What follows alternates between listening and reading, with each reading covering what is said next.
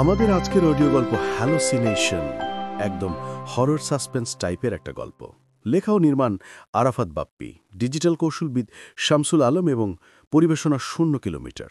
গল্প পাঠে আছি আমি সুরুজ মিয়া। শুরু করার পূর্বে নিবেদন থাকবে, যারা গল্পটি আমাদের পেজ থেকে শুনছেন তারা পেজটি ফলো করে রাখুন এবং যারা ইউটিউবে শুনছেন তারা চ্যানেলটিকে সাবস্ক্রাইব করে রাখুন। এছাড়াও এই গল্পের উপর ভিত্তি করে 2022 সালে আমাদের নির্মিত একটি শর্ট ফিল্মও আছে, চাইলে সেটাও দেখে আসতে পারেন। প্রথম কমেন্টই শর্ট ফিল্মটার লিঙ্ক দেয়া থাকবে। তো শুরু হচ্ছে আমাদের আজকের গল্প হ্যালোসিনেশন। মাহমুদ সাহেব দীর্ঘদিন যাবৎ মানসিক রোগের ডাক্তার হিসাবে সুনাম অর্জন করে এসেছেন। অনেক বড় বড় সমস্যার সমাধান তিনি খুব চমৎকারভাবে করেছেন। এই মুহূর্তে তিনি ভয়ঙ্কর হ্যালোসিনেশন সমস্যায় ভোগা এক রোগীর সামনে বসে আছেন, তার নিজের বাসাতেই। সিনিয়াস বেশিরভাগ রোগীরই তিনি তার বাসাতেই কাউন্সেলিং করেন। রোগী জাহিদ সাহেব মাহমুদ সাহেবের সাথে এটাই তার প্রথম সাক্ষাৎ। ডাক্তার সাহেব যখন ফোনে তার সমস্যার কথা শুনেছেন, তখনই জাহিদ সাহেবকে তার বাসায় চলে আসতে বলেন। তারা মুখোমুখি দুটো চেয়ারে বসে আছেন। জাহিদ সাহেবের চোখের নিচে কালি বলে দিচ্ছে অনেক নির্ঘুম রাতের কথা। প্রথম কথা মাহমুদ সাহেবই শুরু করলেন। বললেন, আমি ফোনে আপনার সমস্যার কথা শুনেছি, তারপরেও পুরো ঘটনা সামনাসামনি আবার শুনতে চাই, তবে একদম শুরু থেকে, মানে পরিবার, চাকরি ইত্যাদি সহ। তো শুরু করুন। জাহিদ সাহেব কথা বলা শুরু করলেন। বললেন, আমি বন্দর থাকি। বন্দরঘাটের একদম সামনেই আমি নাবাসিক এলাকার একটা ভবনে। আমি একা থাকি, আমার পরিবারে কেউ নেই, বিয়েও করিনি। চাকরি বাকরি কিছু করি না, কাজ করি ইউটিউব নিয়ে। আমার 2টি চ্যানেল আছে, প্রায় লক্ষাধিক সাবস্ক্রাইবারও আছে। ইনকাম মোটামুটি ভালোই হচ্ছিল এবং সবকিছুই ঠিকঠাক মতোই চলছিল। ঘটনার শুরুটা হলো একদিন সকালে। রাতে ভিডিওর কাজ শেষ করে ঘুমোতে ঘুমোতে অনেক দেরি হয়ে গেল। তো সকাল 11টার দিকেও ঘুমোচ্ছিলাম। হঠাৎ শরীরে ঝাঁকুনি অনুভব করলাম। ঘুমাতোর অবস্থায় হালকা স্বরে মেইলে আবার শুনতে পেলাম।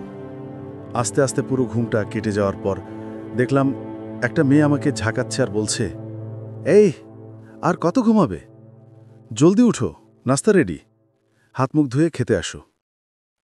আমি এক ঝটকায় উঠে বসলাম। দেখলাম মেয়েটা আমার দিকে হাসিমুখ করে রান্নাঘরের দিকে চলে যাচ্ছে। আমি ঝিম মেরে কিছুক্ষণ বসে রইলাম। তারপর দৌড়ে রান্নাঘরের দিকে গেলাম। দেখলাম কেউ নেই। পুরো ঘর তন্ন তন্ন করে খুঁজলাম, কিন্তু কোনো প্রাণীর চিহ্ন পেলাম না। ভাবলাম হয়তো ঘুমের ঘরে কি দেখেছি। কয়েকদিন কেটে গেল, পুরো বিষয়টা ভুলে গেলাম। আরেকদিন বসে বসে টিভি দেখছি। হঠাৎ একটা বাচ্চা মেয়ে আমার উপর ঝাঁপিয়ে পড়ল। তারপর বলল, আব্বু আব্বু কার্টুন দাও না।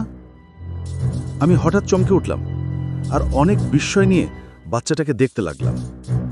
আস্তে আস্তে ভয়টা বাড়তে থাকলো। আমি বাচ্চাটাকে ছেড়ে সাইডে সরে যেতে গিয়ে মেঝেতে পড়ে গেলাম।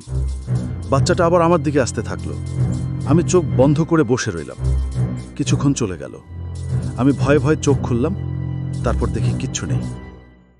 ব্যাপারটা নিয়মিত হয়ে গেল। আতঙ্কে ঠিকমতো ঘুমোতে পারছি না, কাজে মনোযোগ দিতে পারছি না। এ পর্যন্ত বলে জাহিদ সাহেব থামলেন। এবার মাহমুদ সাহেব শুরু করলেন। দেখুন, পুরো বিষয়টা আপনার হ্যালোসিনেশন। সম্ভবত আপনি নিঃসঙ্গতায় ভুগছেন। এছাড়াও দিনের পর দিন একা একা একটা বাসায় আছেন।